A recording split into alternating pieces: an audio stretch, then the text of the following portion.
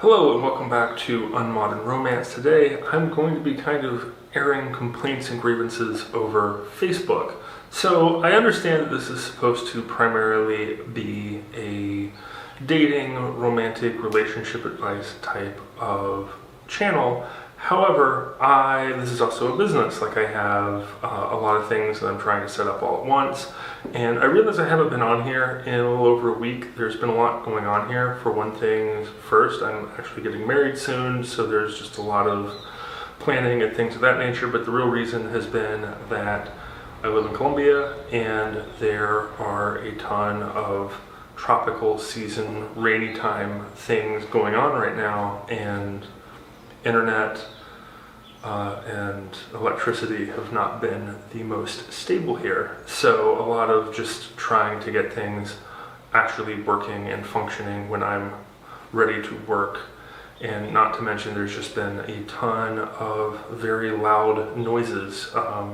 They've been doing construction on the houses around me, so it's pretty much been impossible. Like, I've started filming and then all of a sudden it's like a jackhammer is in the background and you're just like, I'm done. And then by the time that they're finished, I'm moved on and I'm doing something else. And it's really hard to like I have my routine, I have my schedule, and it's just not been conducive to that. So anyways, I'm starting a business now and I wanted to get on all of the social media platforms. Like, I'm really trying to promote this, and Facebook is one of those. So I also want to say that I don't typically use Facebook. I've never really used it all that much. It's kind of been passé and tended to go more towards an older audience for a long period of time now. However, that's not true everywhere. I think in most of modern United States that's very true, but it's not true here in Colombia as well as a lot of rural places in the United States. Like, there's places that people kind of joke and they say it's like 10 years back or 10 years behind everyone else. That's actually true. I moved here from Idaho, and if you were going to run a small business that catered to Idaho, you needed a Facebook page. And I didn't really bother to have one, but that's the basic idea, that like some places really use and utilize Facebook, whereas other people think it's too old or passé. And I'll touch on more of that in a minute, but I log in to my old Facebook page because I've had one for forever, which I almost never use. I also want to say that, like, typically speaking, more productive people, which is what I'm trying to teach everyone here to be, typically don't use social media all that much except to promote themselves. So while I realize that all of you are watching this on social media and it's probably good to have a presence, the amount that you scroll through and the amount that you tie your own well-being and your psyche to, probably not healthy if you're comparing yourself to other people and constantly feel like you have to be on. Like, there are people that I watch as downtime, but I also am very cognizant of my schedule in terms of like, oh, there's a video that came up and it's an hour. I might have something on in the background, the way some people will have a radio on at work while I'm writing or something, but if I find that it's being distracting, but I'll turn it off or whatever. But in terms of scrolling to see what other people post, not so much. I find that what I actually use most on YouTube are instructional videos, like, I'm doing a new thing and I have no idea how to do it, so I go on YouTube and hopefully somebody else can tell me what I'm doing wrong. But so I try and log on and it won't let me on, and it's wanting me to prove that it's me. And I feel like, oh, okay, I've got my email, I've got my password, and it's not letting me on because I haven't been on in years. So I'm like, okay, I want to reset my password, make sure it's still connected to my email. And they're like, no, this isn't about you actually having access to your email. We need to prove that it's you. So I'm like, okay. And they're wanting me to send like government documents and ID numbers. And this is like a really sticking point for me, because this is a company that sells all of your information and they want like all of your yeah, sure, take my social. Yeah, I trust you, Facebook. Not to mention like all of the hacks that have been out there. But this is what they require. They're requiring more and more verification and more information for you to use their system. And what you need to realize about most social media is that you are being marketed to. Facebook does not make their money, like you're not paying to be on Facebook or YouTube for that matter.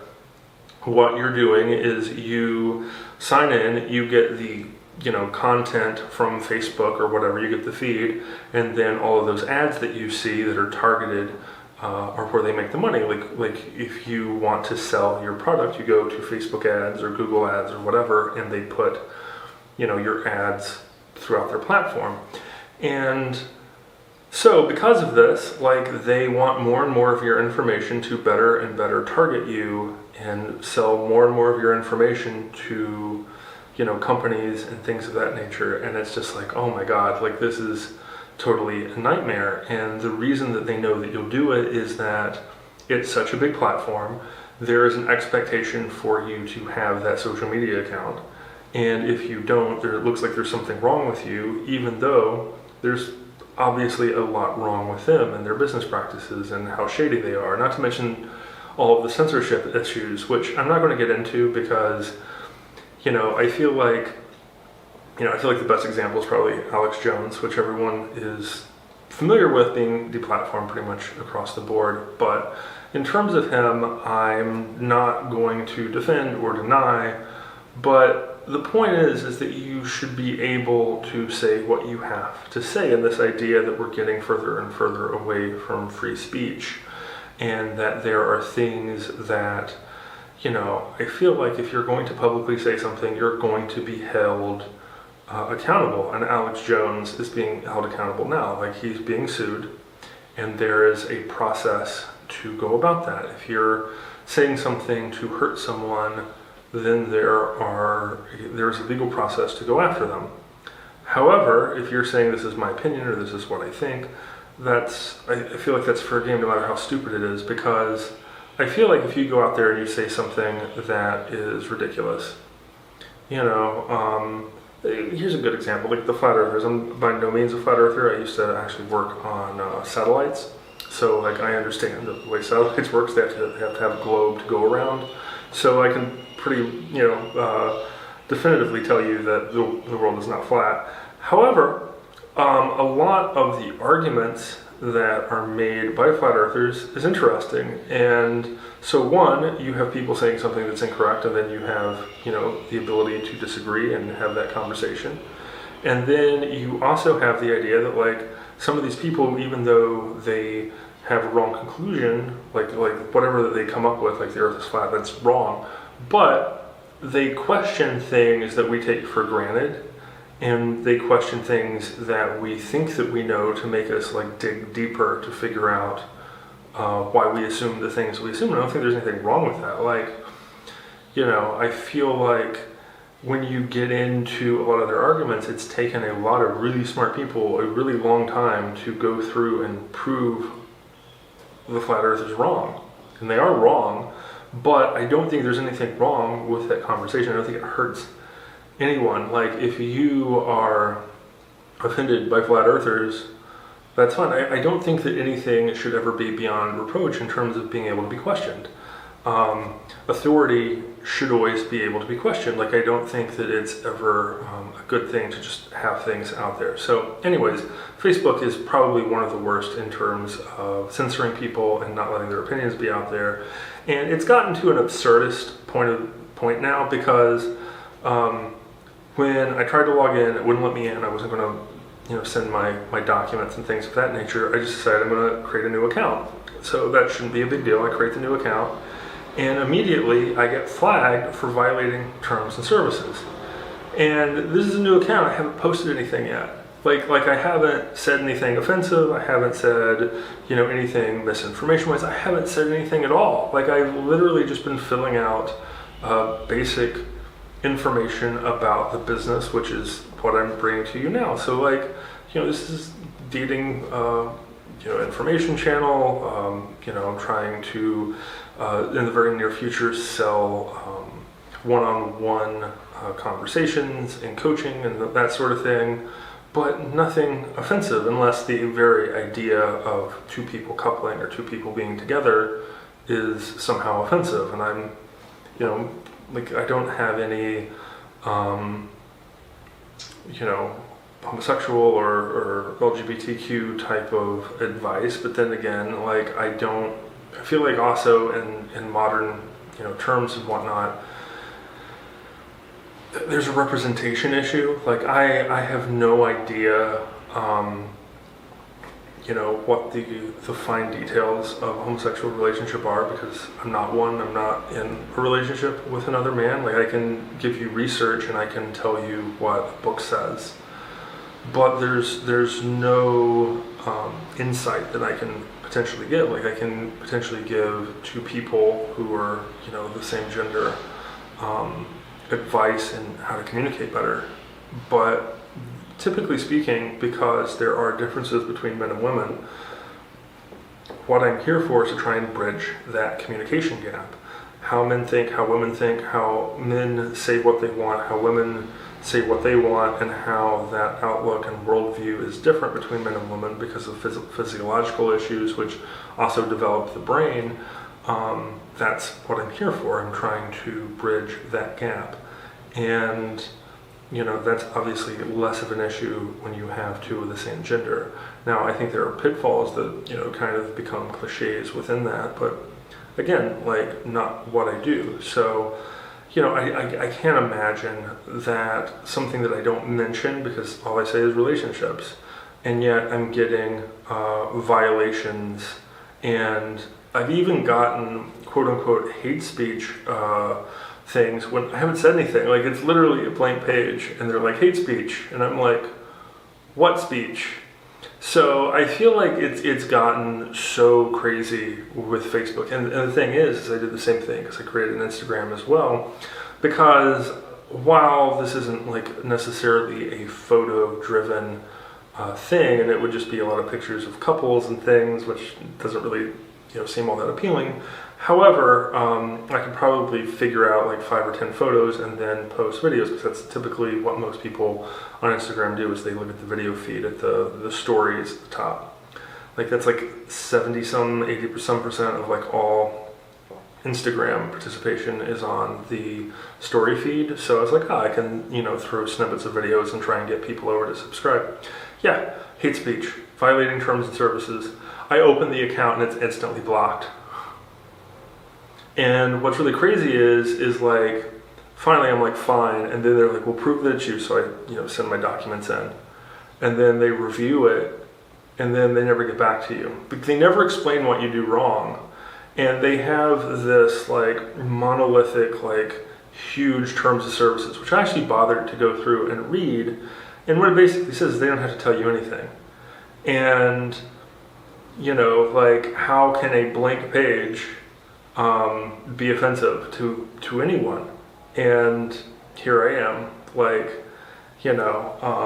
and I feel like that's another thing about Facebook. I feel like Facebook has, I said, it's pretty much gone away except for with older people. And I think that has to do with the fact that, Facebook, I remember when it came out around 2004 or 5, somewhere in there, and, it kind of blew up. I still remember when Facebook was only, for college students and businesses and corporations and things of that nature. But, so Facebook came out, everybody kind of got on it, because everyone was on MySpace at the time. I remember MySpace being really awesome until it deleted everything. And then everyone got on Facebook because it was so much more streamlined and clean. That was kind of what they were known for. And, also kind of an exclusivity on who could get on. And then everyone got on Facebook. And the problem with Facebook is people were posting stupid college stuff, drinking and that sort of thing. And then businesses started getting involved. Everyone was trying to delete their stuff and not being able to, and trying to get rid of, stupid quotes and pictures and things that they had done. And, everyone's Facebook kind of got on, blocked and in private and all that. And then what happened is everybody's parents got on it. So then you couldn't post stupid stuff anymore. So it kind of just became I'm going to, find old friends and post pictures of kids and work and, it kind of became LinkedIn for a bit, and then it started becoming very political, and it was just nothing but political memes and political ads, and that's about the time in 2015 or so that I checked out. Like, I was done, because it was people who used to get along, who were friends at some point, yelling at each other because of politics that hadn't really mattered 3-4 years before. And now it's just become death matches, and people are being unfriended, and I don't have time for that kind of drama. If you like somebody's thing, then you have to like, somebody's like, oh, why do you like this? Why do you blah blah blah? I don't have time for it. So I got off, and I feel like most people of my generation did. And I feel like younger generations just never got on it. Or if they do have a Facebook, it's for their parents, so that they can be friends with their parents on social media to make their parents feel better. And I feel like a lot of people in my generation still have one, but it's, like, try logging back in and see if it still works kind of thing. And then a little bit younger than me, I would say the late 20s crowd now, Instagram became the big thing, because it's a much faster thing. There's less posts about people's feelings, it's just pictures, and it's much more of a rush because you can show people in a picture the good thing that you've done, whether it's getting married or your kids or whatever, and you don't have to talk, and you don't have to hear other people talk, and that's kind of a comment section, which isn't necessarily the first thing that comes up. Fine. I feel like older people are not as tended to like follow the next new thing and like have to restart and get rid of all their old posts and whatever else. Whereas younger people might not even have the old thing, so it's just like, this is the better thing, and if I'm going to start from scratch and invest my time, it's going to be in this thing. And what they don't realize is whatever is the hot new thing today is going to go away, and there'll be a new thing eventually. However, there really hasn't been a new thing as much recently. And I think the reason is just that there's not just big tech censorship, but you also have, like, I remember when Parler was doing really well, which I know, like, there's political connotations to all of the new tech that's out there, but I think that what ends up happening is you get kind of niche audiences in a lot of these. But anyways, so I remember when Parler was starting out, and then Amazon shut them down because Amazon owned the servers. So I feel like this has just gotten crazy to where, like, you have all of the old big tech firms shutting down the new guys. Like, they don't really want to compete in an open space anymore. They just want to, like, shut everything down. So anyways, I feel like that's what's happening now, and I don't know, like, it's just so frustrating because I am literally bending over backwards to start a account for something that I don't actually want. And I'm just curious out there, like, people who are, like, I have this everywhere from YouTube to all of the smaller new accounts. Who out there is still on Facebook? Like, who actively uses Facebook regularly? I'm going to see if I can get a poll going. But just curious. Thanks.